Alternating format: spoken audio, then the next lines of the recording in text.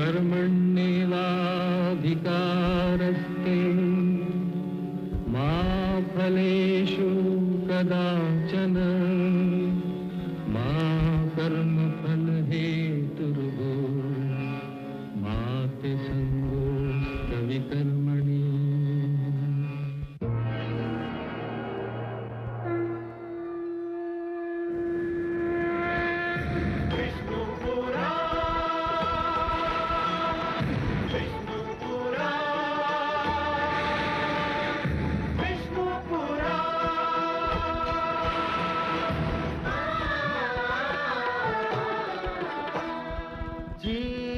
ज्ञान ब्रह्म ज्ञान अथ श्री विष्णु पुराण ओम की कथा महान जय श्री विष्णु पुराण विष्णु पुराण विष्णु पुराण विष्णु पुराण प्रगटे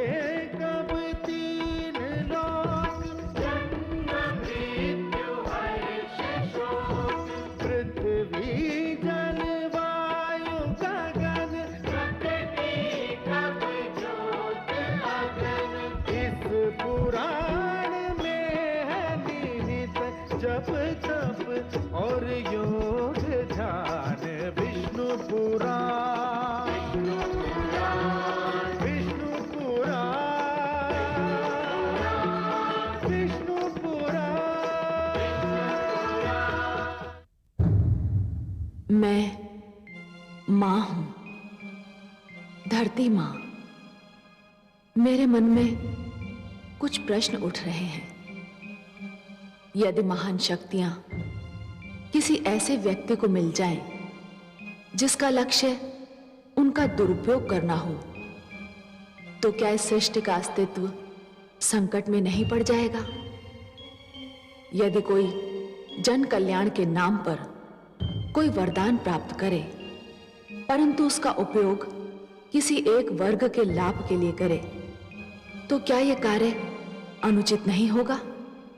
क्या जीवन के लिए केवल ये बात महत्वपूर्ण है कि किसी कार्य का फल उत्तम हो? यह महत्वपूर्ण नहीं कि उसके लिए जो मार्ग चुना गया है वो भी उचित है या नहीं। गुरु शुक्राचार्य ने संजीवनी मंत्र मांगा था जन कल्याण के लिए, पर वो इसका उपयोग कर रहे हैं अपने लाभ के लिए, अपने स्वार्थ के लिए। उनका निर्णय कैसी नाटकीय घटनाओं को जन्म देगा, इसकी प्रतीक्षा में मैं भी संस्था में दृष्टि जमाए खड़ी हूं। देवराज! चित्ररथ, मलयकेतु, बोलते क्यों नहीं? देवराज, दानवराज कालकेतु ने देवलोक पर आक्रमण करने की घोषणा कर दी है।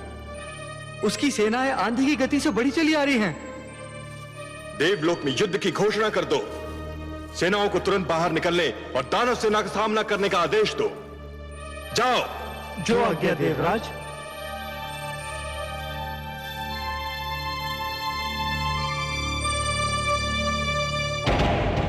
मेरे लिए ये युद्ध अपने दानव शिष्यों को दिए गए वचन को निभाने का अवसर है। मैंने अपने शिष्यों को वचन दिया था कि मैं दानव संस्कृति की रक्षा करूंगा और उसे विजयी बनाऊंगा। क्या इसके लिए युद्ध प्रथम और अंतिम मार्ग है? हाँ देवी, मैं तो उस मार्ग पर अपना पग धर भी चुका। तो फिर आप छाया की भांति मुझे हर पल अपने साथ पाएंगे। मेरे लिए मेरा पति सर्वश्रेष्ठ है। मैं आपकी धर्मपत्नी हूँ स्वामी। जीवन में कोई और नाता, कोई और संबंध यदि महत्व भी रखता है तो इस नाते के बाद रखता है। आप जाइए, जब तक आप लौट कर नहीं आएंगे मैं आपकी विजय की प्रार्थना करती रहूंगी।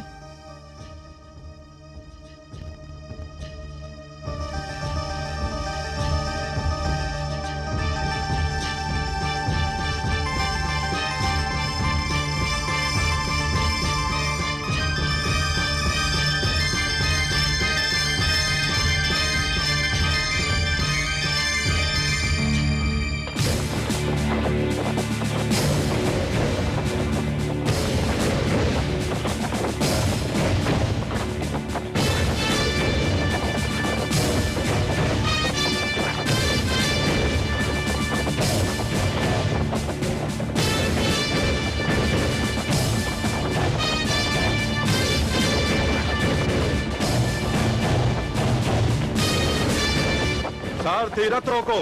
रुको सारथी।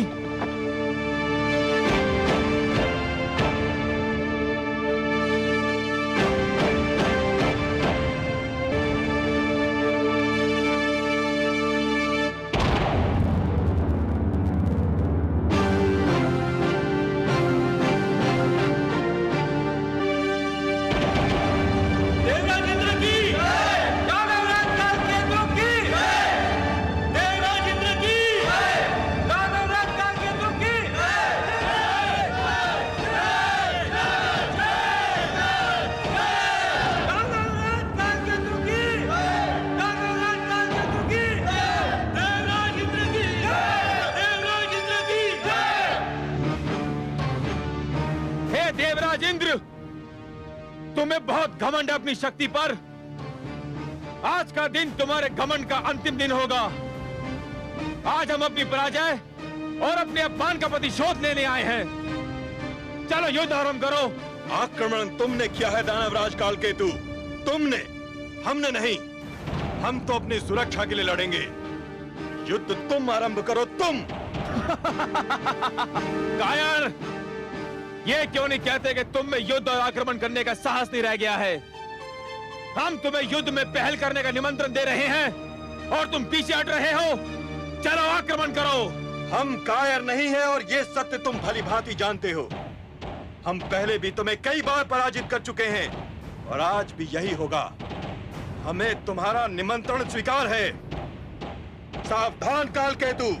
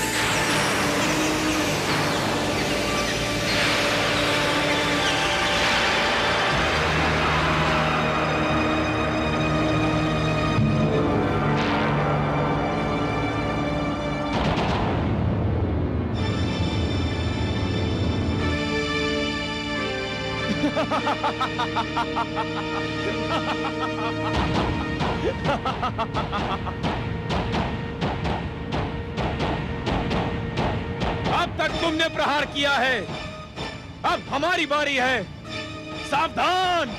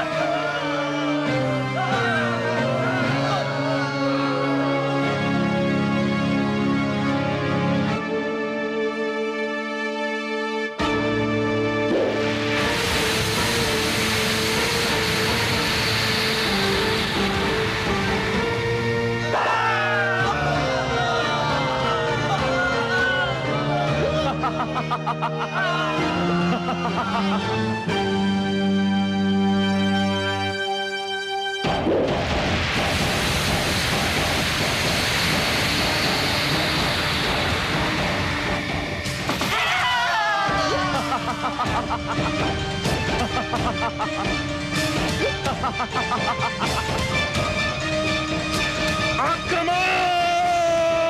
आक्रमण करो!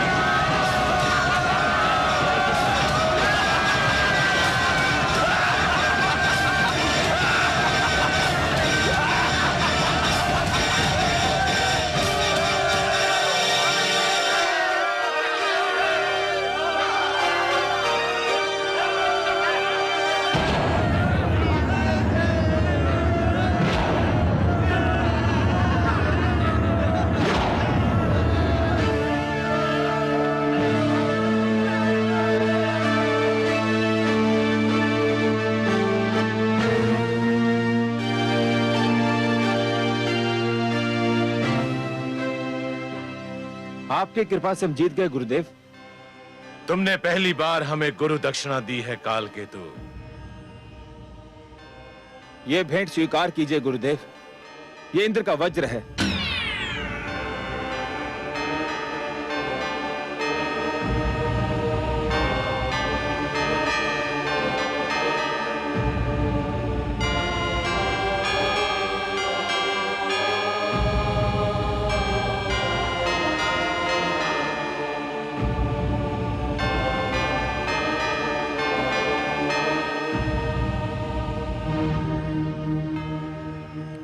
विजयश्री की बधाई हो स्वामी। हमारी विजय आपके पिता की पराजय भी तो है देवी। आपको अपने पिता की पराजय का दुख तो नहीं? मैं जिस संस्कृति में पली बड़ी हूँ स्वामी, उसकी रीति ये है कि जब कन्या किसी को अपना पति स्वीकार करती है तो उसके साथ साथ उसके दुख, सुख, हर शोक को भी अपने गले लगा लेती है। और जब किसी के गले में वरमाला डालती है तो उसी माला के साथ अपनी इच्छाओं, अभिलाषाओं को भी समर्पित कर देती है। फिर भी पिता की पराजय का दुख तो स्वाभाविक है देवी। मैं अब किसी पिता की पुत्री नहीं, अपने स्वामी की अर्धांगिनी हूँ। हमारी संस्कृति में पाणी ग्रहण केवल शारीरिक मिलन नहीं होता, आत्माओं का मिलन भी होता है। युद्ध में आपकी विजय मेरे लिए गर्व की बात है। मेरी ओर से देवताओं की सेना पर विजय की हार्दिक बधाई स्वीकार करें। विजय हमें केवल देव सेना पर नहीं मिली है देवी, हमने मृत्यु पर भी विजय पा ली है। अब दानव लोक के लिए मृत्यु का अंत हो चुका है। हे सर्वेश्वर, क्या वास्तव में मृत्यु का सदा के लिए अंत हो जाएगा? नहीं महादेवी, जीवन और मृत्यु तो एक दूसरे के लिए अनिवार्य है। यदि मृत्यु का अंत हो गया तो जीवन के सौंदर्य का भी अंत हो जाएगा। जीवन इसी कारण तो सुंदर और मूल्यवान लगता है देवी कि एक दिन उसका अंत होना है। यदि केवल दिन ही छाया रहे और रात्रि ना आए तो नेत्र जागते जागते और सूर्य अपना प्रकाश बांटते बांटते थक जाएं। यदि मृत्यु ना आए तो प्राणी कदाचित जीवन से ऊब जाए देवी। परंतु दैत्य गुरु शुक्राचार्य तो कह रहे हैं कि उन्होंने मृत्यु पर विजय पा ली है। किसकी मृत्यु पर महादेवी? वो दानवों को पुनः जीवन अवश्य दे सकते हैं, परंतु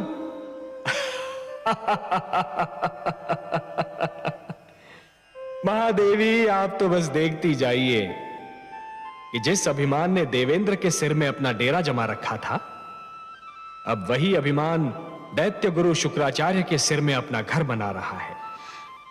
परंतु हे कमल नयन, अभी तो देवेंद्र बहुत उदास, बहुत दुखी और बहुत टूटे हुए दिख रहे हैं। हाँ महादेवी, हाँ, भूल का मूल्य तो चुकाना ही पड़ता है।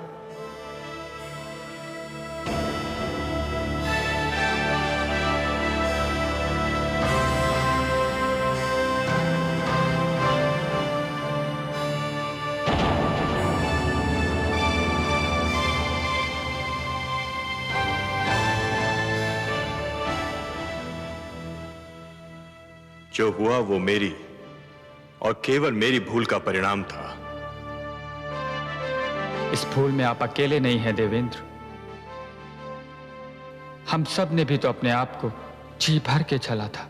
जो हो चुका है उसका शोक समस्या का समाधान नहीं है देवेंद्र। यह स्थिति बहुत गंभीर और घातक है कि दानवों का जीवन संजीवनी की छाया में सुरक्षित हो चुका है और देव जीवन आज सुरक्षा की राहों में भटक रहा है। इस स्थिति में मेरी दृष्टि कहीं जाकर ठहरती है तो केवल लक्ष्मी नारायण के चरणों पर। उनके सिवा कोई नहीं जो हमें संकट से उबार सके। देवेंद्र, हमें श्री विष्णु के पास चलना चाहिए।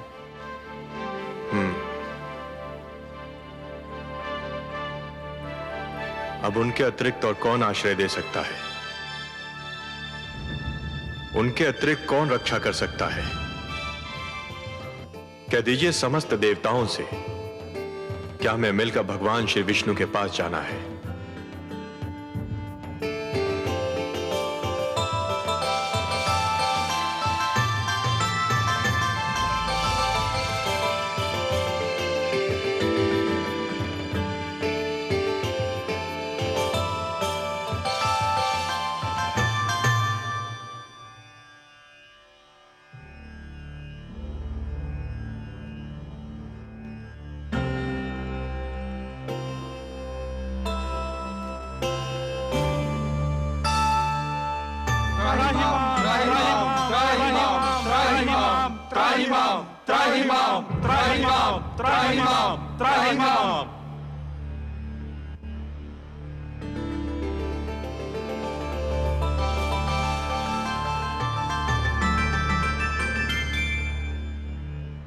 हे देवेश्वर, हम पराजित हुए।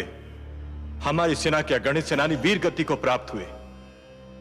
हमारा सिर लज्जा से झुक गया। आपके अतिरिक्त और कोई नहीं जो हमारी रक्षा करे, हमारे दुख का निवारण करे। हे परमेश्वर, हमारी सहायता कीजिए। हे नारायण, दैत्य गुरु शुक्राचार्य ने भगवान शिव से संजीवनी मंत्र क्या प्राप्त किया? हमारे सिरों पर मृत्यु और पराजय का वज्र आ गिरा। हे लक्ष्मीपति, यदि दानव मरते हैं तो दैत्य गुरु उन्हें फिर से जीवित कर देते हैं, और जब देवता मरते हैं तो उनका सदा के लिए अंत हो जाता है। हे सर्वशक्तिमान, यही दशा रही तो देवता घटते जाएंगे, दानव बढ़ते जाएंगे, और एक दिन देवलोक पर दानवों का आधिपत्य हो जाएगा। देव संस्कृति गिर जाएगी तो मानव संस्कृति भी गिर जाएगी। जब हम संजीवनी मंत्र से सुरक्षित नहीं तो मानव तो और भी दुर्बल है। हमें संजीवनी मंत्र से बचाइए प्रभु, हमारी सहायता कीजिए। संजीवनी मंत्र का केवल एक उत्तर है, अमृत। अमृत? अमृत? अमृत वो है जो पीने वाले को अमर बना देता है। मृत्यु उसे छू नहीं सकती। परंतु हे लक्ष्मी नारायण, अमृत हमें कहां मिलेगा, कैसे मिलेगा? देवेंद्र, अमृत आपको समुद्र से मिलेगा, सागर का मंथन करने से मिलेगा। अमृत? परंतु हे जगदीश्वर, हमें तो अमृत के विषय में कुछ भी ज्ञान नहीं। हे देवराज, जिस प्रकार दूध के भीतर माखन छिपा तो होता है, परंतु वो मिलता तभी है जब दूध को मथा जाता है, उसी प्रकार समुद्र के भीतर अनेक पदार्थ छिपे हैं, अनमोल रत्न छिपे हैं। उन्हें केवल मंथन के द्वारा ही निकाला जा सकता है। अमृत उनमें सबसे अनमोल है। सत्य तो यह है देवगण कि मंथन मथने और खंगालने की उस क्रिया का नाम है जिसके द्वारा स्वयं के भीतरी गुणों और अवगुणों की खोज की जाती है। मानव यह मंथन प्रतिदिन करता है। वो प्रतिदिन स्वयं को मथता है, खंगालता है और स्वयं के भीतरी गुणों और अवगुणों को बाहर निकालता है। आश्चर्य तो यह है कि वो मानव होकर भी इस क्रिया से परिचित है और आप देवता होकर भी इस क्रिया से अपरिचित हैं। पर हे लक्ष्मीपति, हम समुद्र का मंथन करेंगे कैसे? मंथन मथानी और डोरी की सहायता से किया जाता है। मैं आपके लिए मंदर पर्वत को मथानी बनाऊंगा और वासुकी नाग की डोरी दूंगा। परंतु एक तीसरी वस्तु की भी आवश्यकता होती है देवगण, जिसका प्रबंध आपको स्वयं करना होगा। और किस सामग्री की आवश्यकता होती है सर्वेश्वर? डोरी को खींचने और मथानी को डुलाने के लिए 2 दलों की आवश्यकता होगी देवेंद्र। जो डोरी को दो छोरों से पकड़कर खींचेंगे, उनके बिना तो मंथन संभव ही नहीं है। बिल्कुल वैसे ही जैसे दूध मथने के लिए दो हाथों की आवश्यकता होती है। तो हम देवता आधे एक छोर पकड़कर आधे दूसरा, यह कार्य तो सरलता पूर्वक कर सकते हैं। मंदर की मथानी को डुलाना है देवेंद्र, वासुकी नाग की डोरी को खींचना है। संजीवनी मंत्र के प्रभाव ने आपकी संख्या को घटा दिया है, और आपकी घटी हुई छोटी सी संख्या इतना महान कार्य नहीं कर सकेगी। हे सर्वेश्वर, हम फिर दूसरा दल किसको बनाएं? दानवों को। दानवों को? हां, दानवों को। यदि दानव आपका साथ दें तो समुद्र मंथन संभव है, और समुद्र मंथन होगा तभी संजीवनी का उत्तर भी प्राप्त होगा। हे परमेश्वर, यह तो एक असंभव अभियान होगा। सर्वप्रथम तो दानव हमारी बात सुनेंगे ही नहीं, और यदि सुन भी ले तो मानेंगे नहीं। हे कृपा निधान, दानवों को तो अमृत की आवश्यकता भी नहीं, जिसके लिए वो हमसे सहयोग करें। उनके गुरु के पास तो संजीवनी मंत्र की शक्ति है, उन्हें तो यूं भी मृत्यु से मुक्ति मिल चुकी है। हे दीनदयाल, यदि दानव मान भी गए तो दैत्य गुरु शुक्राचार्य उन्हें कभी हमसे सहयोग की अनुमति नहीं देंगे। निस्संदेह नहीं देंगे, और यही तो आप सबके विवेक और बुद्धि की परीक्षा होगी देवगण। आपको दैत्य गुरु शुक्राचार्य को भी अपने तर्क से संतुष्ट करना होगा। पर हे देवेश्वर, उनके आगे हम क्या तर्क रखेंगे? देवेंद्र, आप दैत्य गुरु शुक्राचार्य को यह समझाएंगे कि संजीवनी मंत्र मृत्यु का मात्र क्षणिक उपचार है। संजीवनी जीवन की एक ऐसी कुंजी है जो खो भी सकती है, जो टूट भी सकती है, परंतु अमृत मृत्यु का स्थायी उपचार है। अमृत पान करने वाला मृत्यु पर सदा के लिए विजय प्राप्त कर लेता है। परंतु हे नारायण, इसका अर्थ तो यह हुआ कि हमें दानवों के पास सिर झुकाकर जाना होगा, उनसे सहयोग और सहायता की भिक्षा मांगनी होगी। क्या यह समस्त देवलोक का अपमान नहीं होगा? क्या अपमान में अब भी कोई कमी रह गई है देवराज? शब्दों के जाल में मत उलझिए देवेंद्र, शब्दों के जाल में मत उलझिए। आंधी आए तो आंखें फाड़कर पथ पर आगे बढ़ते रहना कोई बुद्धिमत्ता नहीं है। ऐसे में बुद्धिमत्ता तो वो है कि नेत्र मूंद कर बैठा जाए और आंधी के निकल जाने की प्रतीक्षा की जाए। शस्त्रधारी शत्रु से निहत्ते लड़ना यह कोई वीरता नहीं है देवगण, यह तो आत्महत्या है। ऐसे में वीरता तो यह है कि शत्रु को शांत रखा जाए, यदि आवश्यकता पड़े तो उसकी प्रशंसा भी की जाए, और उससे लड़ने के लिए शक्ति जुटाई जाए। शत्रु से सहयोग और सहायता लेना भी रणनीति का अंश है देवेंद्र। एक प्रश्न अभी रह गया सर्वेश्वर। वो भी पूछ लीजिए। यदि दानवों ने सहयोग देने के लिए यह मांग की कि अमृत उन्हें भी दिया जाए, तब क्या होगा? संजीवनी के साथ अमृत भी उन्हें मिल गया तो उनकी शक्ति दुगनी हो जाएगी। असंभव, असंभव देवेंद्र, असंभव। समुद्र मंथन से अनेक पदार्थ निकलेंगे, अनेक सामग्रियां निकलेंगी, अनमोल रत्न निकलेंगे, उन सब का बंटवारा संभव है, परंतु अमृत पर केवल देवताओं का अधिकार होगा। उसकी एक बूंद पर भी दानवों का अधिकार नहीं होगा। अब यह कैसे होता है, यह देखना मेरा कार्य। यदि दानवों ने अमृत मांगा तो मैं स्वयं बीच में आऊंगा। हे त्रिलोकीनाथ, आप संकट नाशक हैं, तारनहार हैं, हमारे नायक हैं। आपने इस निराशा में आशा का दीप जला दिया। हमें अनुमति दीजिए जगदीश्वर। आपका और माता लक्ष्मी का आशीर्वाद हमारे साथ रहा तो हम अवश्य अपने अभियान में सफल होंगे। हम शीघ्र ही लौटकर दानवों का सहयोग मिलने का समाचार आपको सुनाएंगे। शुभस्य शीघ्रम।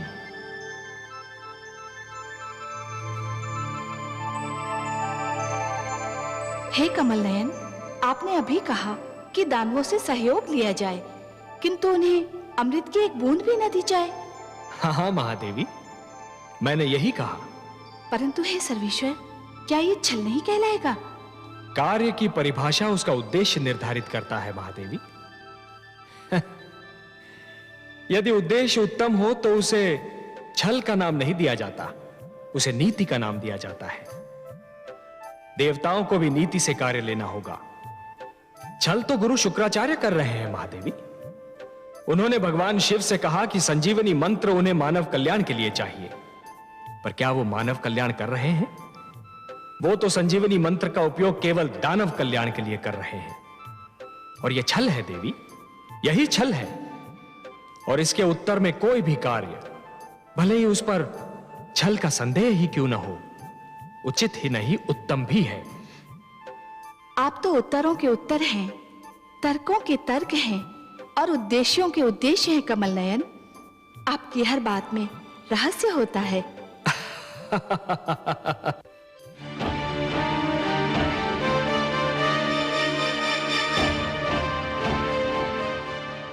दानवराज की जय हो। देवलोक से देवराज इंद्र अपने सहयोगी देवताओं के साथ पधारे हैं और दानवराज की सेवा में उपस्थित होने की अनुमति चाहते हैं। पराजय विजय से मिलने आई है महाराज, बधाई हो। सावधान कालकेतु, उनके आने में अवश्य ही कोई रहस्य है।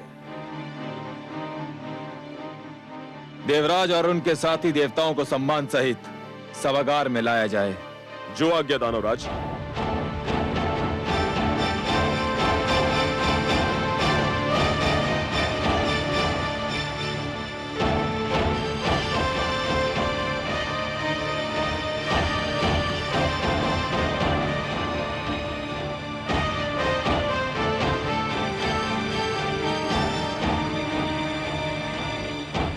प्रणाम दैत्य गुरु शुक्राचार्य। प्रणाम दानवराज कालकेतु। दानव सभागार में देवराज इंद्र का स्वागत है। कदाचित यह पहला अवसर है जब देवराज और अन्य देवताओं ने अपने चरणों की धूल से दानव सभागार को पावन किया है। आप सत्य कह रहे हैं महाराज, नहीं तो हम इस योग्य कहां थे, कितने महान व्यक्तियों के दर्शन पाते। ये ना भूलिए महाराज कालकेतु कि हमें वैर के अतिरिक्त भी एक नाता है। उस नाते को भी स्पष्ट कर दीजिए देवराज। हम और आप अलग अलग माताओं के किंतु एक ही पिता की संतानें हैं। हम एक दूसरे के भ्राता भी हैं दानवराज। मेरे दानव शिष्यों को सदैव इसका स्मरण रहा है देवराज, परंतु लगता है देवताओं की स्मरण शक्ति कुछ दुर्बल है। उन्हें इस नाते का स्मरण बस कभी कभी रहता है, आवश्यकता अनुसार। ऐसा क्यों कह रहे हैं दैत्य गुरु? ऐसा इसलिए कह रहा हूं देवराज, यदि देवताओं को यह नाता स्मरण रहता तो आपके प्रिय भगवान विष्णु को हयग्रीव का वध करते समय थोड़ा संकोच अवश्य होता, परंतु उन्होंने मेरे शिष्य हयग्रीव को बड़ी निर्ममता से मार डाला। बीती बातों का स्मरण सर्प निकल जाने के उपरांत लकीर पीटने के समान होता है दैत्य गुरु। हम बीती बातें भुला देने के उद्देश्य से ही आप सबकी सेवा में उपस्थित हुए हैं। परंतु हम तो नहीं बोल सकते कि हयग्रीव अब जीवित नहीं है। हयग्रीव जीवित रहता यदि उस समय आपके पास संजीवनी मंत्र होता, या हम सबके पास वो होता जिसे प्राप्त करने का प्रस्ताव लेकर हम यहां आए हैं। क्या प्राप्त करने का प्रस्ताव लेकर आए हैं देवराज? मैं अमृत प्राप्त करने का प्रस्ताव लेकर आया हूं दानवराज। अमृत? हाँ, अमृत अमृत अमृत अमृत। हाँ अमृत, परंतु उसे प्राप्त करने के लिए हम में और आप में सहयोग और समझौता आवश्यक है। सहयोग, समझौता। जल अग्नि से समझौता करने आया है,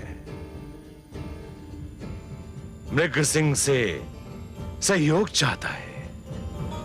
ये कैसी अनोखी बात कर रहे हैं आप देवराज इंद्र? और ये अमृत है किस वस्तु का नाम? अमृत वो अनमोल वस्तु है जिसे पीकर हम सब मृत्यु पर विजय पा सकते हैं। जिसको पीने वाला अमर हो जाता है, मृत्यु उसके निकट भी नहीं आ सकती।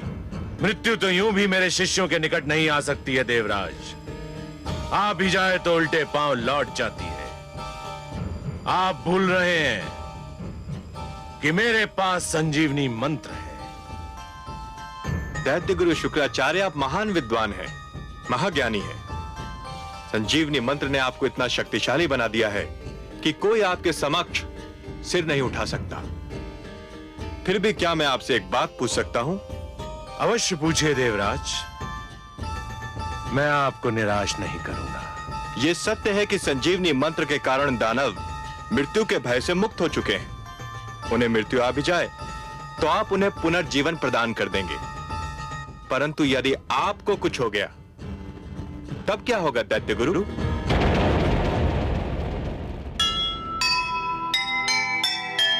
जीवन सागर का सदा मंथन है अनिवार्य, सफल वही संसार में करे कठिन जो कार्य। अमृत पाने के लिए तज कर झूठा मान, जो विपक्ष को साथ ले वो नीतिज्ञ महान, वो नीतिज्ञ महान। जो सुनेगा ये पुराण पाएगा सुख और ज्ञान, पाएगा सुख और ज्ञान। कर्म को ही धर्म जान, प्रेम की तू छेड़तान, प्रेम की तू छेड़तान। बीते युग बता रहे हैं, बीते युग बता रहे हैं, सत्य पथ पे चल सुधार